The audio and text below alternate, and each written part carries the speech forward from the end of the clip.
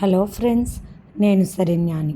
ఇవాళ మంచు తాకిన పూలు 19వ భాగం చదువుకుందాము. రాసిన వారు మీనా ముక్తేశ్వర్ గారు. ఎంత గొప్పగా మాట్లాడుతున్నారు. ఒక ఆడపిల్లకు రక్షణగా నిలబడుతున్నారు. అన్న తమ్ముడిగా మీ బాధ్యతను ఖచ్చితంగా నెరవేరుస్తున్నారు. హ్యాట్స్ ఆఫ్ చెప్తున్నాను మీ ఉన్నతమైన మనస్తత్వానికి అంటూ చప్పట్లు కొట్టింది సంతోషంగా అంశు. ఇలాంటి తమ్ముడున్న మీరు నలుగురి కోసం భయపడుతున్నారా అన్నది అంశు సంఘవి వైపు చూసి. ఏమో నాకు తెలియడం లేదు అంశు. నేను చేస్తుంది తప్పో మంచో నాకు అర్థం కావడం లేదు. ఆడపిల్లకు పెళ్ళైతే ఇక తర్వాత బాధ్యత అంతా భర్త వారి కుటుంబం వారిదే అంటారు. అందువల్ల నేను నాటి సాంప్రదాయ చట్రంలో నుండి బయటకు రాలేకపోతున్నానన్నది సంఘవి. బాధపడకక్క, అమ్మ నాన్న వాళ్ళతో పాటు సరస్వతి అత్తయ్య గారు కూడా వస్తున్నారు.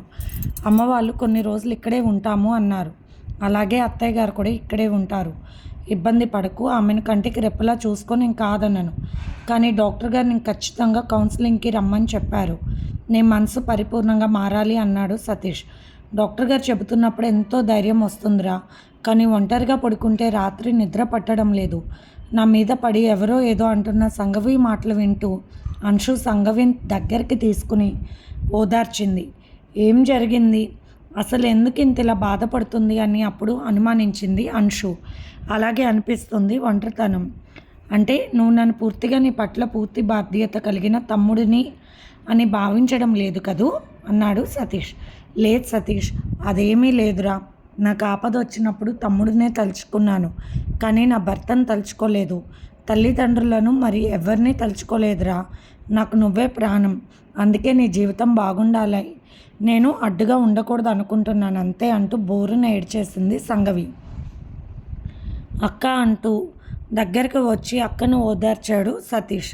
అందుకోసం భార్యగా భావించకుండా నీతో వ్యాపారం చేయాలి అనుకున్న భర్తతో వెళ్ళిపోతావా అన్నాడు కోపం దాచుకోలేక సతీష్. ఆశ్చర్యంగా చూసింది సంఘవి. అవునక్క, అంశు అర్థం చేసుకుంటుందని చెప్తున్నాను. నీ భర్త చేసిన పని అంటూ చెప్పాడు సతీష్. అంటే నన్ను అంటూ తల కొట్టుకుని ఏడ్చింది సంఘవి. అవును, నిన్ను వ్యాపారం చేయాలి అనుకున్నాడు వాడు. అటువంటి వాడి దగ్గరికి నువ్వెలా వెళ్తావు? కొట్టినా తిట్టినా ఇంకేదన్నా వ్యసనం ఉన్నా భరించవచ్చక్క, కానీ నిన్ను తన భార్యగా భావించకుండా వేరేగా భావిస్తున్న వాడి దగ్గరికి ఎలా వెళ్తావు? బాధపడతావని ఇంతవరకు నిజం చెప్పలేదు ఇన్నాళ్ళు. అసలు నిజం ఇది. సమీర్ నాకు మొత్తం చెప్పాడని జరిగింది మొత్తం విషయం చెప్పాడు సతీష్. అలాగే కూర్చోపడిపోయింది సంఘవి. సంఘవికి ముందు దుఃఖం ఆగలేదు. ఆ తర్వాత జరిగిన విషయాలు ఒక్కొక్కటిగా గుర్తు చేసుకుంది. పార్కులో తను అచేతనంగా కూర్చున్నప్పుడు జీవన్ బాస్ వేరే అమ్మాయితో కలిసి అక్కడికి వచ్చి నిలబడి తనను చూసినట్టున్నారు. తను ఏదో లోకంలో ఉండిపోయింది. ఆ తర్వాత తెల్లారి అత్తయ్య వద్దు అంటున్నా కూడా తనను తీసుకుని ఎంతో ప్రేమగా మాట్లాడి అత్తయ్యని కూడా మందలించి కారులో ఎక్కించుకొని వెళ్ళారు. కొంత దూరం వెళ్ళగానే ఏదో పని ఉందని తన భర్త అమ్మాయి దిగి వెళ్ళిపోయారు. అంటే అనుకుంటున్న సంఘవికి గుర్తు చేసుకుంటే ఆ బాస్ తన భుజం మీద చెయ్యి వేసి ఏదో ఓదార్స్తూ ఉన్నట్టు అనిపించింది ఆ క్షణంలో. కానీ ఇప్పుడు తెలుసుకుంటే ఆ స్పర్శ అవును, తన భుజాన్ని నొక్కినట్టు అనిపించింది. వెంటనే అరిచింది సంఘవి. ఏమైందక్క అంటూ కంగారుగా సతీష్ సంఘవి దగ్గరికి వచ్చాడు. అంశు సంఘవికి దగ్గరగా వచ్చి భుజం మీద చెయ్యి వేసి కూర్చుంది. అమ్మో సతీష్, నువ్వు రాకపోతే నా బతుకు ఏమయ్యేదిరా అని అనుకుంటూ సతీష్ భుజం మీద పడి తల వాల్చుకుని వెక్కి వెక్కి ఏడ్చేసింది సంఘవి. అంటే నేను అతనికి వేరేగా కనిపించానా? అంటే నాతో అతను వ్యాపారం అమ్మో అనుకుంటూ తలుచుకుని ఏడుస్తూ ఉన్నది సంఘవి. నువ్వు బాధపడతావని నేను చెప్పలేదక్క, కానీ నీకు ఈ విషయం తెలియాలి.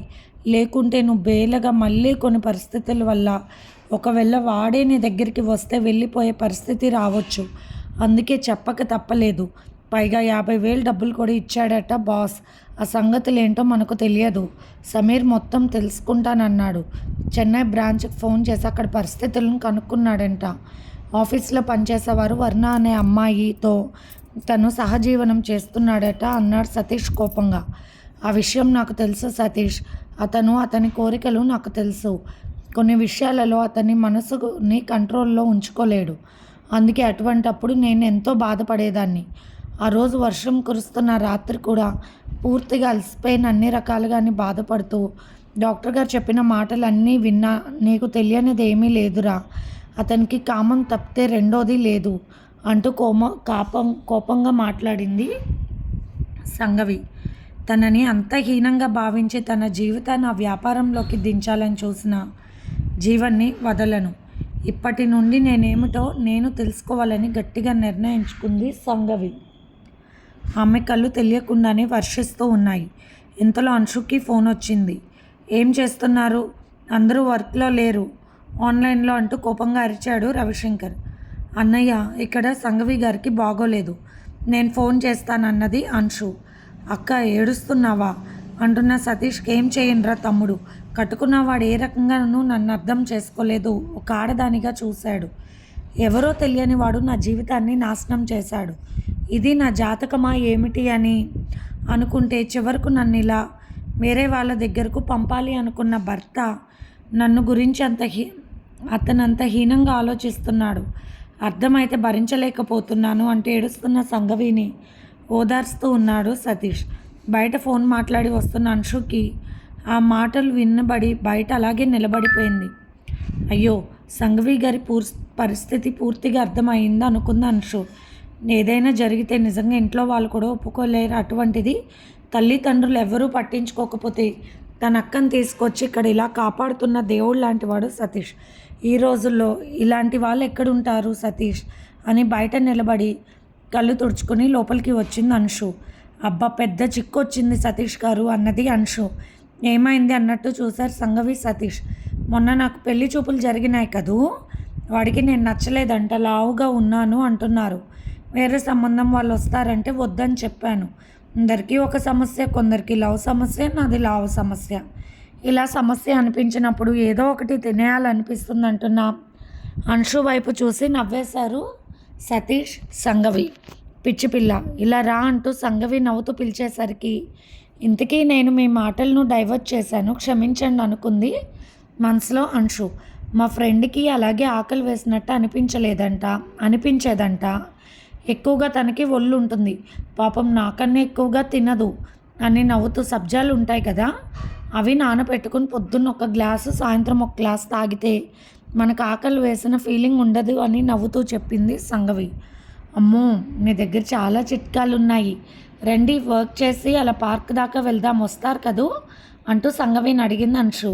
ఎందుకు అన్నట్లు చూసిన సంగవి వైపు చూసి, మీరు రావాలి, మీరు ఉంటేనే నేను వాకింగ్ చేసేదంటూ నవ్వుతూ మాట్లాడింది అంశు.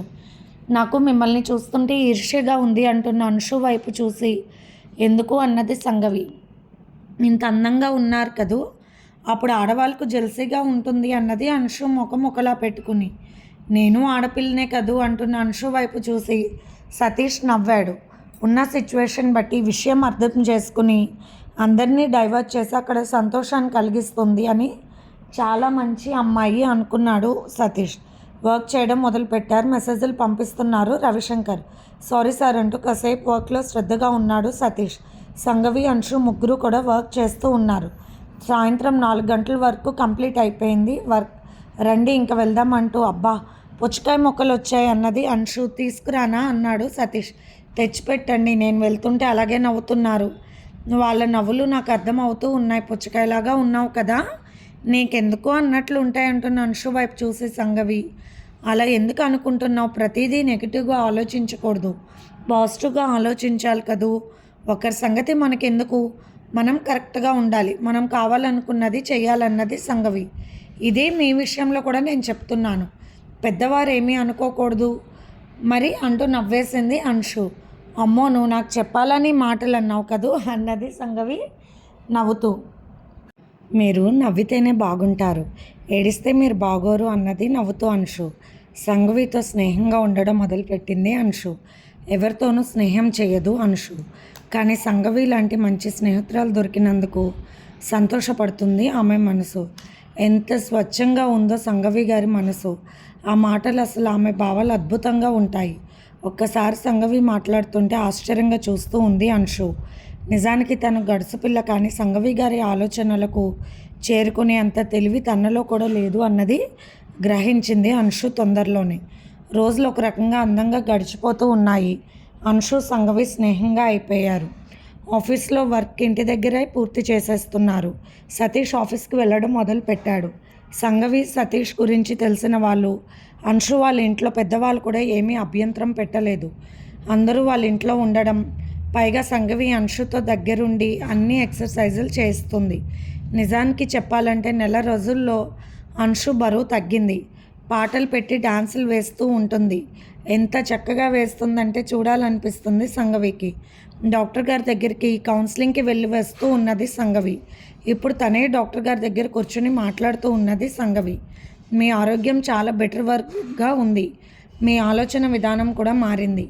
మీలో ఇదివరకున్న విపరీతమైన పెద్దరికం భావాలు తొలగాయి ఇప్పుడిప్పుడే. కాస్త చిన్నపిల్లలా కనిపిస్తున్నారంటూ నవ్వింది డాక్టర్ మానసాదేవి. నవ్వుతూ ఉండు సంఘవి. అందమైన తోటలోకి వెళ్ళి పువ్వులను చూసి ఆస్వాదించండి. ఇంద్రధనస్సు అందాలను చూడండి. వానలో కాసేపు తడవండి, ఎండలో నడవండి. మొక్కజొన్న పొత్తులు కాల్చి ఉన్నవి తింటూ ఉండండి. చలాకీగా చురుగ్గా ఉండే అంశు లాంటి అమ్మాయితో స్నేహం మీలో చాలా మార్పు వచ్చిందని చెబుతూ ఉన్నారు మానసాదేవి. ఇంతలో ఒక పేషెంట్ రావడంతో అటు చూసింది సంఘవి. అబ్బా అని బాధపడింది. ముఖం మీద యాసిడ్ దాడి జరిగింది. ఆ అమ్మాయిపై తనతో గడపడానికి ఒప్పుకోలేదని అమ్మాయి అక్క మొగుడు ఆమె ముఖం కడుక్కోవడానికి పెట్టుకున్న వాటర్ తీసి అందులో యాసిడ్ పోసి ఉంచాడు. అదృష్టం కళ్ళు తెరవకుండా ఉండడంతో ప్రమాదం తప్పింది. స్కిన్ కొద్దిగా మారుస్తూ ఉన్నాము. ప్లాస్టిక్ సర్జరీ చేసే డాక్టర్ గారు వస్తూ ఉంటారు. ఆయన చాలా మార్పు తెచ్చారు. ఎంతో కష్టంతో ఈ అమ్మాయి ముఖాన్ని అంటూ బాధగా చెప్పింది మానసాదేవి. అబ్బా ఎవరు ఏమొచ్చింది పోయే కాలం చి అనుకుంది సంఘవి. ఆడది అని కనిపిస్తే చాలామంది అవయవాల వైపు అలాగే చూస్తూ ఉండిపోతారు. కాంక్ష కనిపిస్తూ ఉంటుంది. వావి వరుసలు నిజంగా ఒక్కోసారి కనిపించవు. దీనికి అంతం ఎక్కడ? ఇది ఎలా ప్రతిఘటించాలి? ప్రతి ఆడపిల్ల దీనికి ఏదో ఒక సొల్యూషన్ ఉండాలి అని అనుకుంటూ ఉన్నది సంఘవి. ఆమె ముఖంలోని తేజస్సు, ధైర్యం, మాటల్లో పరిపక్వత అన్నీ గమనించారు డాక్టర్ మానసాదేవి. మానసాదేవి గారు సంఘవి వైపు అలా చూస్తూ ఉన్నారు. చాలా తొందరగా మీలో మార్పు వచ్చింది సంఘవి. ఏదైతే జీవితం కోల్పోయానని మీ మనసుకు బాధ పెట్టిన విషయం ఇప్పుడు అది మీకు దూది పింజులా తేలిపోతుంది కదూ అన్నారు మానసాదేవి గారు. మీ దగ్గర మందులు వాడిన తర్వాత మీ మాటలు, కౌన్సిలింగ్ అంతా కూడా నాలో మంచి మార్పు వస్తూ ఉన్నాయి మేడం. అలాగే ఇంటి దగ్గర తమ్ముడు కూడా ప్రతి విషయాన్ని పట్టించుకుంటూ నన్ను ఖాళీగా ఉంచకుండా ఆఫీస్ వర్క్లో అప్పగించాడు. ఒక ఆడపిల్లగా నాకు మా ఇంట్లో పెరిగిన పద్ధతుల వల్ల బయట ప్రపంచంలోకి వెళ్ళి ఒక ఉద్యోగం చేసే వీలుంటుంది జీవితంలో అని నేను అనుకోలేదు. ఇప్పుడిప్పుడే నేను అనుకున్నది, నాకు నచ్చిన విషయాలు జరగడం మొదలయ్యాయి. ఇదే మేడం నేను కోరుకున్న జీవితం. అందుకే నాలో మార్పు వస్తుంది. నా మనసులో ఉన్న అనుమానాలన్నీ కూడా మీ మంచి మాటలతో దూరం చేశారు. అంశు నాకన్నా చిన్నది కానీ చాలా తెలివిగా, బ్రాడ్ మెంటాలిటీతో ఆలోచిస్తుంది. అంత ఉన్నతమైన కుటుంబంలో పుట్టిన అమ్మాయికి చాలా మంచి మనసు. బాధను చూస్తే బాధపడడం కాదు, ఆ బాధను అక్కడ దూరం చేయాలని ప్రయత్నించే మంచి మనసున్న అమ్మాయి. అలా నా జీవితంలో నా తమ్ముడు నన్ను తనతో ఇక్కడికి తీసుకువచ్చినప్పటి నుండి నా నిజమైన జీవితం, నేను కోరుకున్న జీవితం మొదలైందని భావిస్తున్నానంటూ ఎంతో గ్రేట్గా ఫీల్ అవుతూ చెబుతున్న సంఘవి వైపు ఆశ్చర్యంగా చూశారు మానసాదేవి గారు. మొదటిసారిగా సంఘవిని చూసినప్పుడు ఆమె తనపై మానభంగం జరిగిన విషయాన్ని ఎంతగా ఆలోచిస్తూ ఎవరితో సంబంధం లేనట్టు మానసికంగా కృంగిపోయిందో, ఆమె శరీరం ఎలా ఇష్టం లేని విషయాల పట్ల ఇష్టం లేక ముడుచుకుపోయిందో అలాగే మనసు కూడా స్తబ్దుగా మారిపోయిందని, నీ అమ్మాయిని బాగు చేయాలంటే చాలా సమయం పడుతుందని అనుకున్నారు. మందులు తన మాటలు కొంతవరకు బాగు చేస్తే ఆమె తమ్ముడు తీసుకున్న నిర్ణయాలు ఆమెలో ఉన్న టాలెంట్ని బయట పెట్టేలా చేశాయి. ఇప్పటి వరకు నువ్వు అనుభవించింది ఇది కాదు.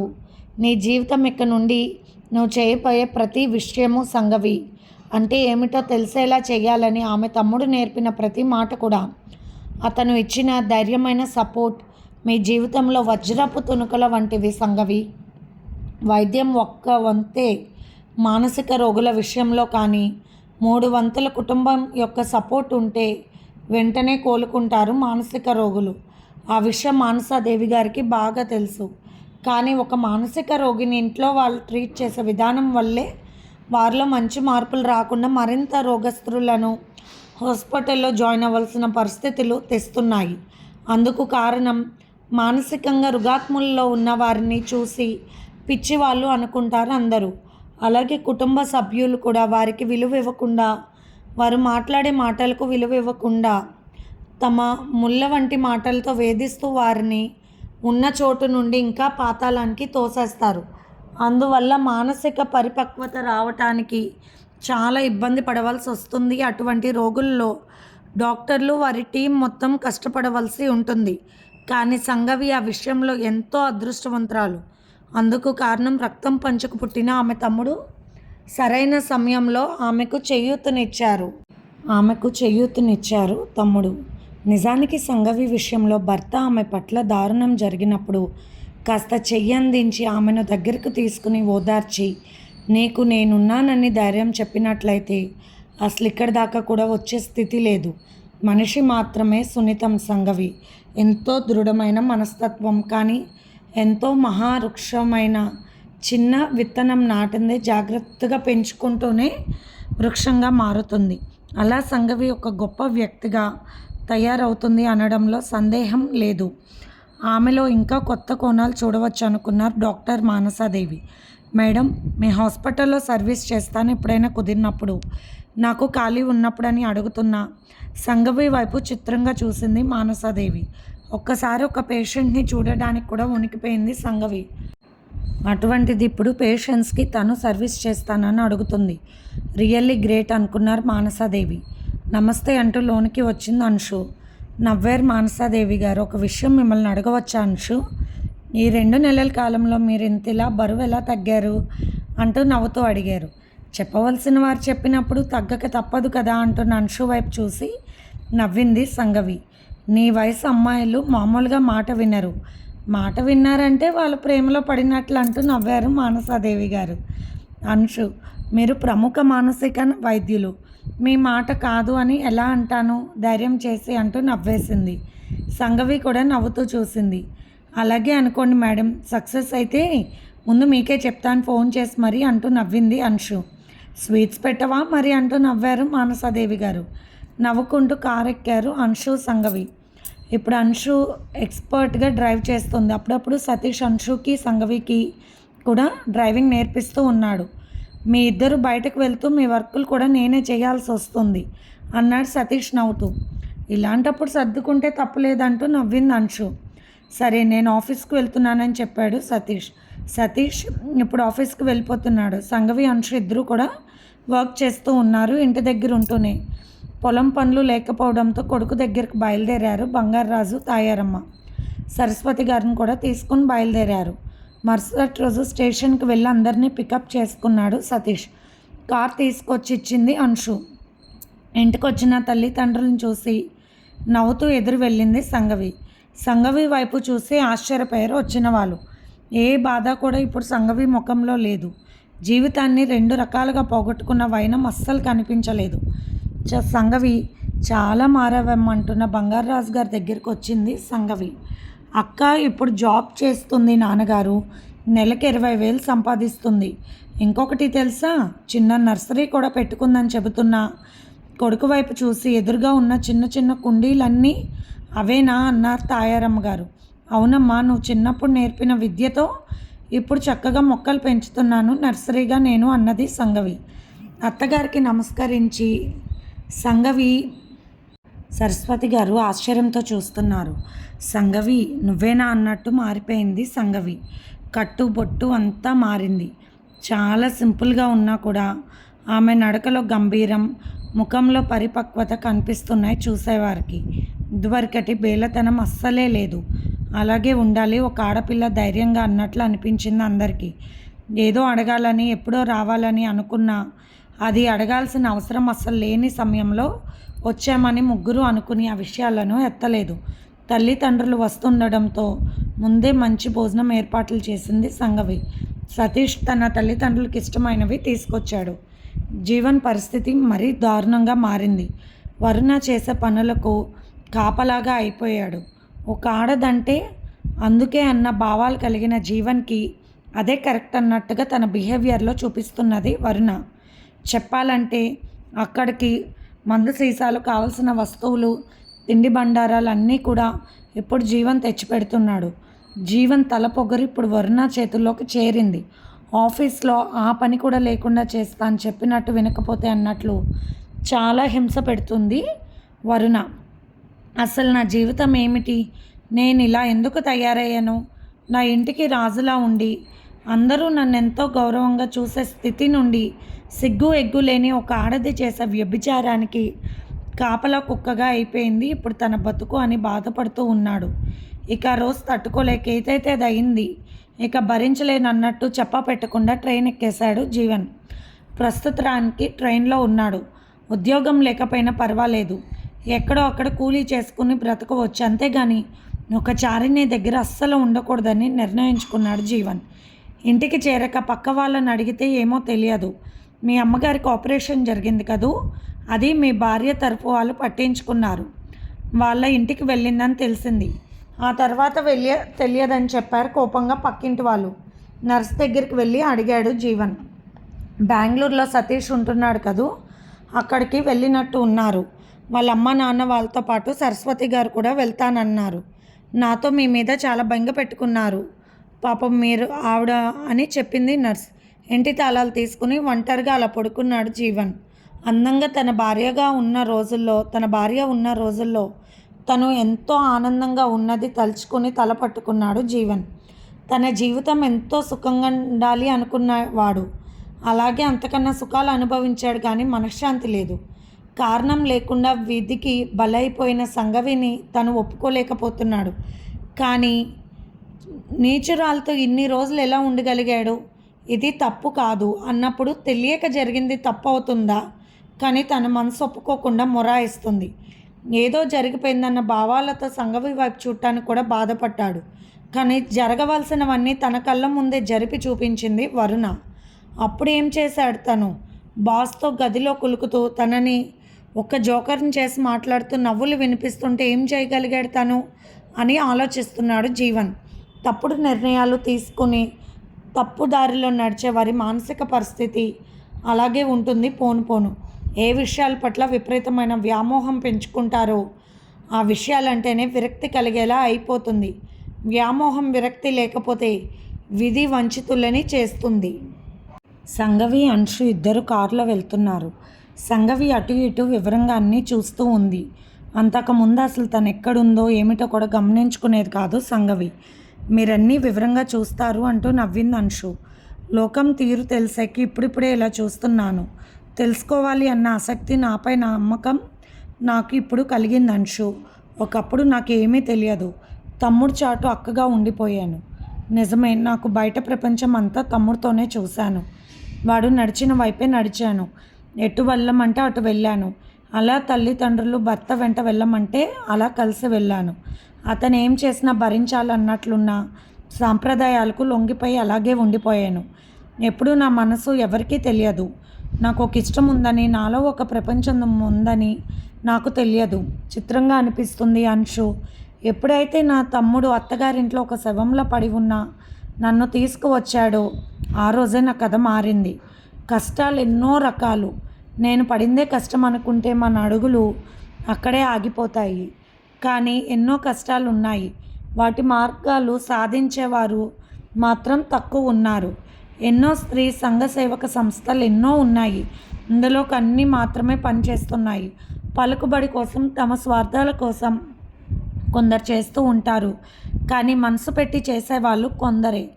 అభాగ్యులకు, అనాథలకు ఎటువంటి ఆధారాలు కల్పించాలి, జీవితంలో మోసపోయిన వారిని ఎలా సంరక్షించాలని ఆలోచించేది ఎవరు అనుకుంటున్నా సంగవి చూపు రోడ్డు పక్కన నిలిచింది. అప్పుడే సిగ్నల్ లైట్ పడడంతో కారు ఆగిపోయింది. అంశు, ఆ పాప వైపు చూడు, చాలా క్యూట్గా ఉంది. కావాలని ముఖానికి పూసినట్టుంది కదూ. ఆ పాపను ఎత్తుకున్న తల్లి భయంకరంగా ఉంది. ఆమె తల్లి కాదేమోనని నాకు అనిపిస్తుంది.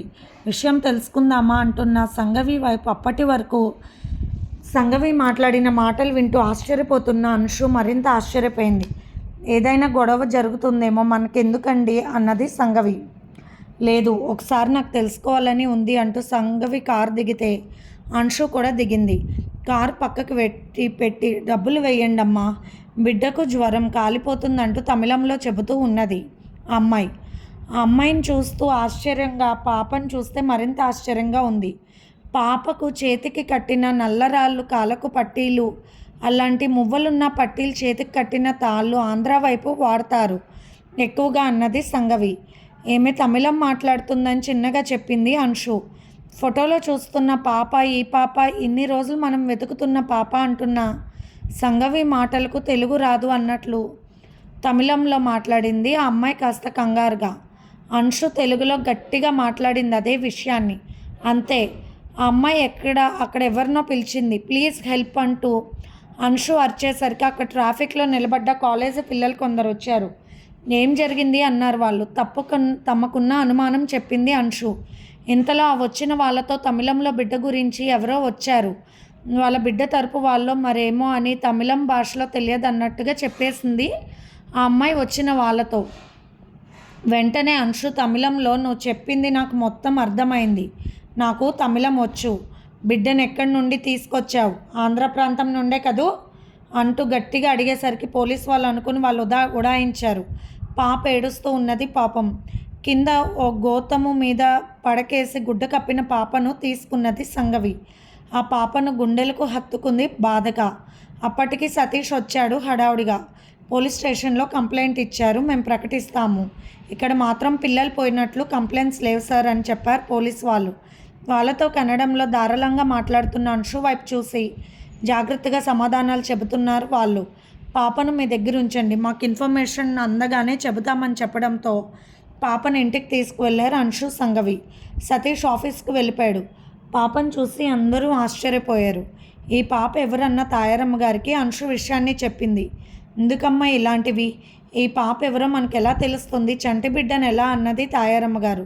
సరస్వతి గారు ఆశ్చర్యంగా సంఘవి వైపు చూశారు. సంఘవి మాట్లాడుతూ, అదేమిటమ్మా, ఆ బిడ్డ వాళ్ళ బిడ్డ కాదని నాకు తెలిసింది. అనుమానం వచ్చి తెలిసినట్టుగా మాట్లాడితే వెంటనే దొంగ దొరికిపోయారు, పారిపోయారు, పోలీసులు కంప్లైంట్ ఇచ్చి వచ్చామని చెబుతున్న సంఘవి వైపు చూశారు బంగారాజు గారు.